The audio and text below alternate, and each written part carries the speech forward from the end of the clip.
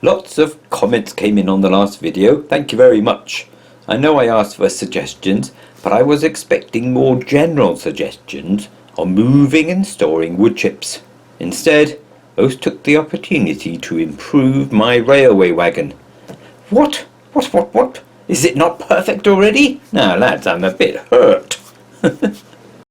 A few topics came up though, so I thought I'd address those quick here, in case you're interested. Why are the wheels so close together, Tim?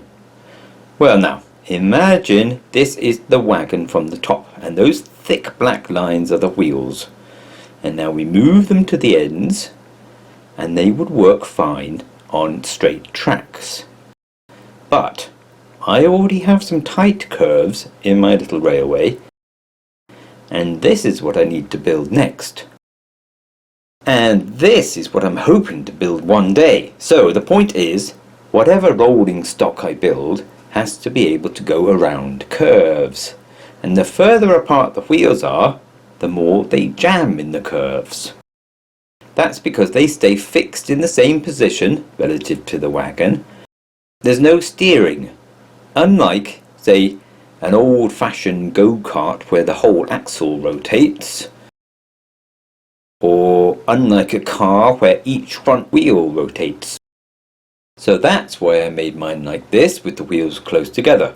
And it's why all small wagons and locomotives look like this. Their axles are close together so they don't need to rotate them. Of course you can do it like this, where you have a set of 4 wheels at both ends of a long wagon. They're called bogies, and each bogie rotates to accommodate the curves. And it's true, I could have a much bigger woodchip wagon using this method. But why would I bother? It's a lot more work than building 2 small ones. Although I might need to make one of these for moving long logs. Also, the plan is to empty this wagon down into a hopper or a bunker under the tracks. So I need to build an overhanging section of track, which could be quite scary, but at least it can be short if I stick with my short wagon. The other thing that came up a lot was tilting the bed of the wagon and having the door at one end. Well, that makes sense, but the dimensions of the crate and the wheels mean that although I could lower the front part of the floor, which would be a good thing, I'd have to raise the back end more. So I'd end up with less volume and more framework too. This variation would work better, except for the way I want to unload. I'd need a longer overhanging track, which I don't fancy because there's going to be a lot of weight in these. A neater way of emptying the wagon would be to tip it up. I did think of this, and because I like the idea, but I was worried that all the weight would come on that one axle and pair of wheels. And if it isn't strong enough, it could get messy.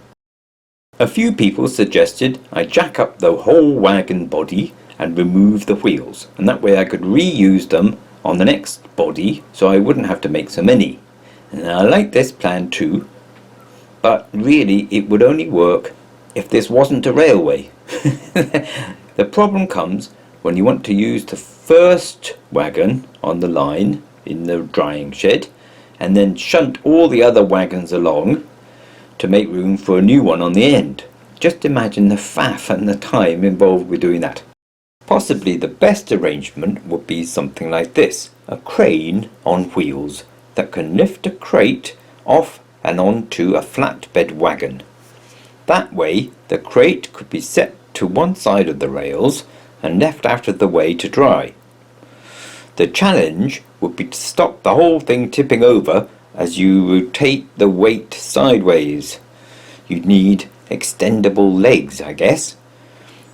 And you'd still be left with the problem of emptying the crates. And in my case, the available height in the polytunnel will be a limiting factor. So, all in all, I think I'm happy enough with what I've already built. But that's because I haven't tested it yet. And that's coming up in the next video.